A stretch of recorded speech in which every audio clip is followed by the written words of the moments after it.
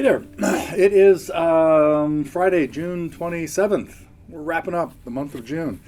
Just a few minutes ago, excuse me, I was upstairs just kind of noodling around and thinking about things that I wanted to talk about today, and fell into this kind of interesting progression, and I just want to talk about it a little bit. I got a lot of other kinds of things I want to get to, but what this was a string of, you've probably, if you followed some of my stuff, you're familiar with chord progressions that have secondary dominant chords in them, which are chords that are 5 of the next chord.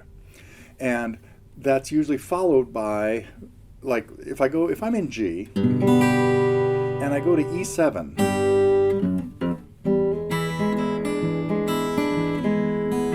that's acting as a secondary dominant chord that's going to take me to the chord that it's 5 of, which is A. So I'm going to go to A7 next. That's going to take me to the chord that it's 5 of, which is D7,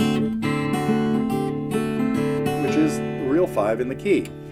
We could call that the primary dominant. There's only one dominant chord in the key, and that brings me home to G.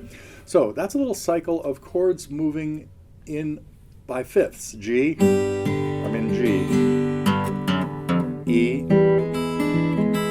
A7, D7, G.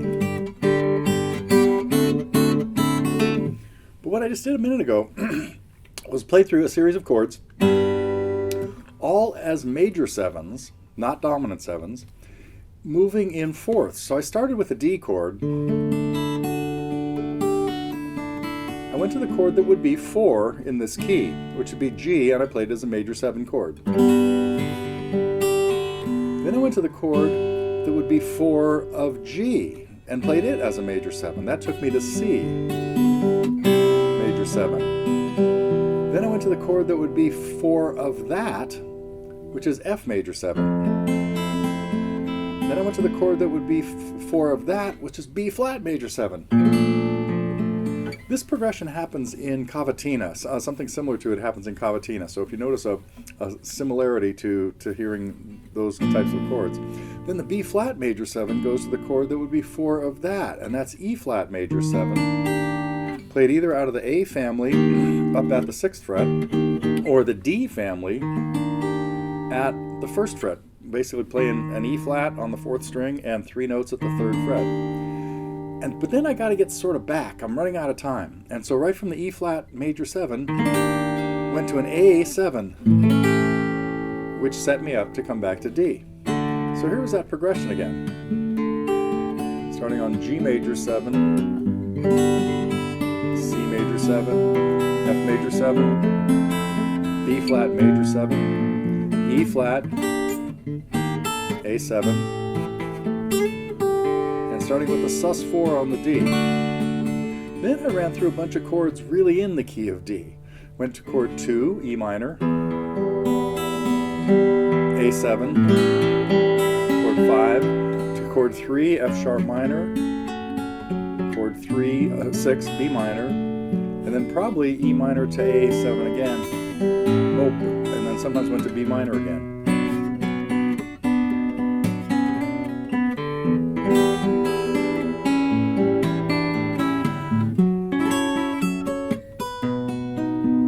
Anyway, just random noodlings as I was messing around with the guitar that I thought I'd share with you a little bit. I've got all kinds of things happening this week. One is, the most exciting thing was I got this video edited that we shot 2 Fridays. It was actually on Saturday, the 14th of June, of me sitting down with John Keawe. I talked about that a little bit last week, but I didn't really hadn't had time to piece it together and bring in some stills because we ran out of video towards the end. But that is up now, and there's a link in the forum to look at the playlist of I cut it into about 4 10-minute segments of sitting down with John and playing. And we did a lot of him playing a song, and he was in open G tuning and taro patch tuning, as it's sometimes called in Hawaii.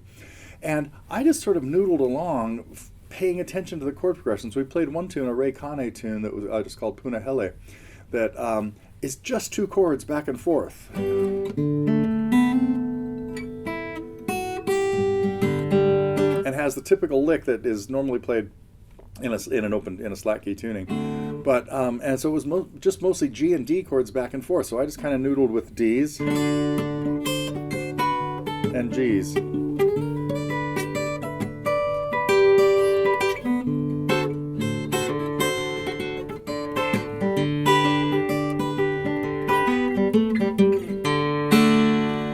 Using triads, kind of, which my whole course on using triads to play leads, not so much leads as second guitar parts, is worth checking out.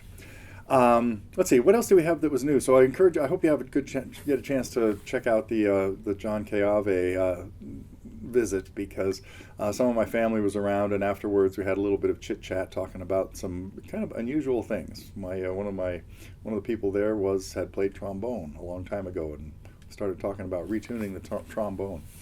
Let's see, Nesh put up a lesson for us, another Roy Orbison tune, Only the Lonely, that really popular tune. I think it was really his first big hit. And so that's kind of cool. And I've been thinking a lot about Neil Young songs lately, because I've had a couple discussions with a few people lately that even think some of his songs are kind of obscure, like Buffalo Springfield songs. Not me. Let me see what I can come up with here.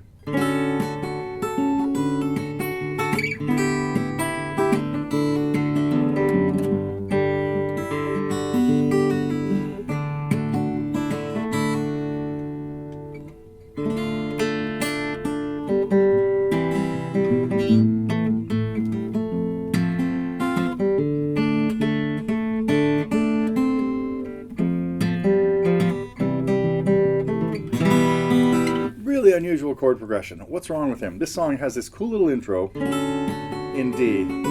Basically a D major 7 to a G 6, and back to D, then G,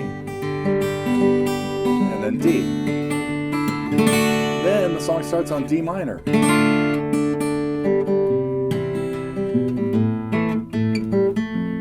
All these chords are in D minor, C, A minor, and F.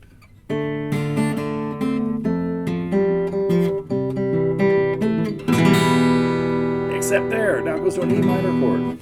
And that just sounds wrong, except all these chords really are in the key of C. So it's not that weird to go to an E minor chord, it's just that it sounds wrong.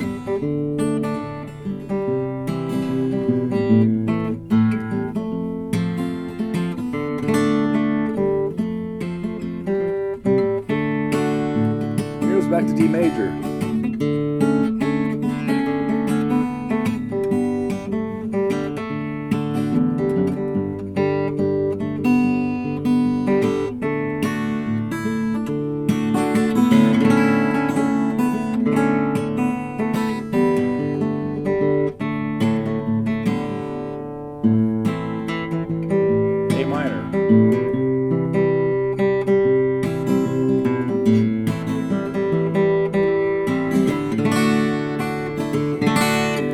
Very similar to the Beatles tune, I'll Be Back, that kind of vacillates between A minor and A major.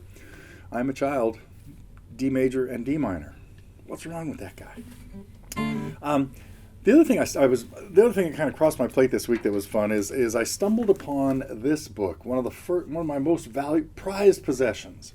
It was the first book I ever got of John Renbourn tunes, and many months ago, maybe even a year ago, I'd mentioned that there were a couple of really, really difficult tunes in there, My Dear Boy and Another Monday, that I tried to learn from the book, and it was clearly wrong in all kinds of places. And then about a year ago, or whenever I started looking at this, found much more accurate music to it just on the internet, of all places. Can you imagine that? But it did get me thinking again about some of his tunes. Let me see. These were... Which one is this?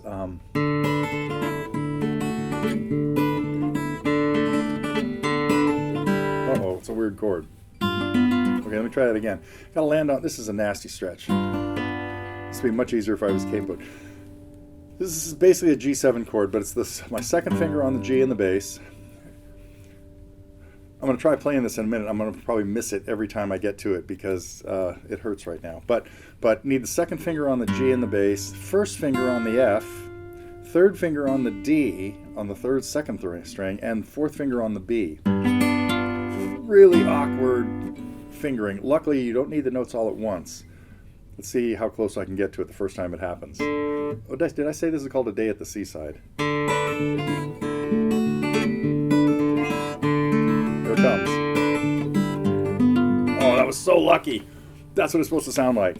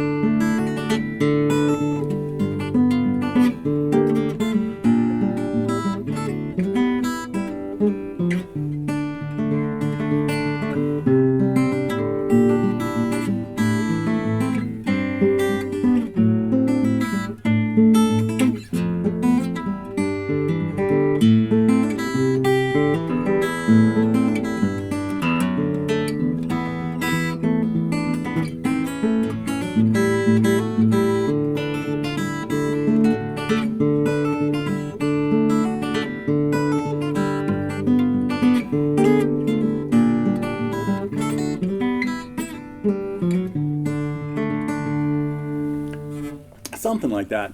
That was when I first tackled about 40 years ago. Yep, 45 years ago. And I never really messed around with it till till a few days ago. But it's these pieces. There are a bunch of these that he wrote when he was like 20 years old. The other one that I have played for you before, but I'm going to tackle it again because it reminded me of. There's a really difficult move in it, and this is going to get me to talking about technique in just a minute. There's a time in there where we need to pull off from D to C. But at the same time, we need to hit the open E. Now, if I do that and pull it off normally, pulling off my little finger to my first, so I've got the C down here with my first finger. But if I use my fourth finger to do a normal pull off, which means plucking it down, I'm going to brush the first string, which I just hit. And you hear it twice.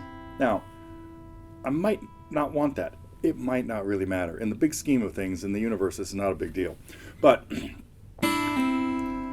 that's what it should sound like.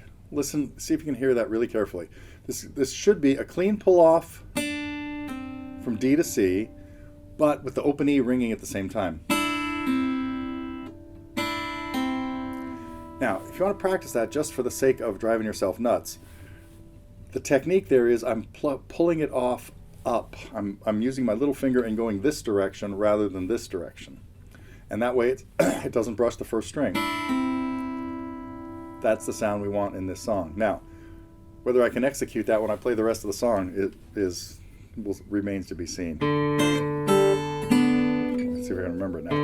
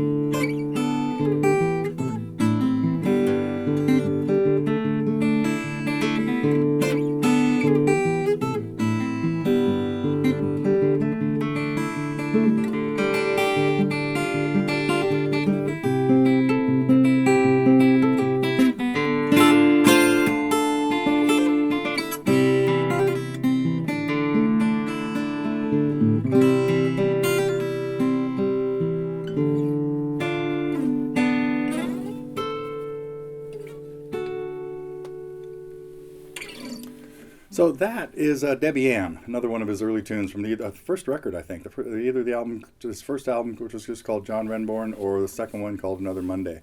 By the time I got around to buying them, it was a two record set that had both of them in it. But it does let me take a chance to talk about hammer-ons and pull-offs just a little bit. When you're going to do a hammer-ons are much easier than pull-offs because you just have to hold the note. If it's coming from an open note, it's fine. If it's coming from a fretted note, you have to hold that note really tight. But the secret is hammer it on quickly. You got to pound it. I'm hammering on the 3rd fret from the 1st fret on the B string. Now, if I'm going to do a pull-off, I have to hold the first finger even tighter so that it doesn't flinch. And in this case, I'm pulling it down, and I'm brushing the 1st string, but it's dead because of how I'm holding this finger down here. You're not hearing this. That was extra background noise. Now, the guitar is a noisy instrument. We don't worry about that too much. But if you want to try a really tricky set of them, what would happen in Debbie Ann?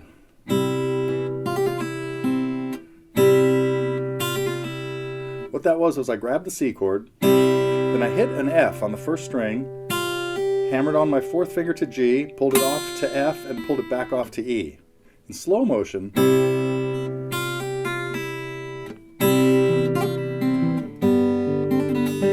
and then the same thing on a G chord. And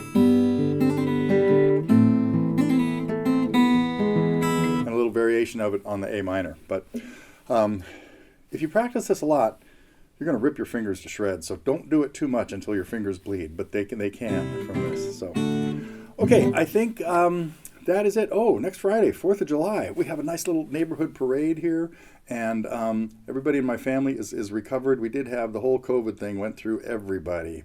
My daughters got it. I guess it didn't hit the people in Portland. They had left earlier. But Kepa got it. Even baby was sick. Oh, man. But everybody's fine now. So that is it, I think, of everything I meant to talk about. Yep. See you on the 4th.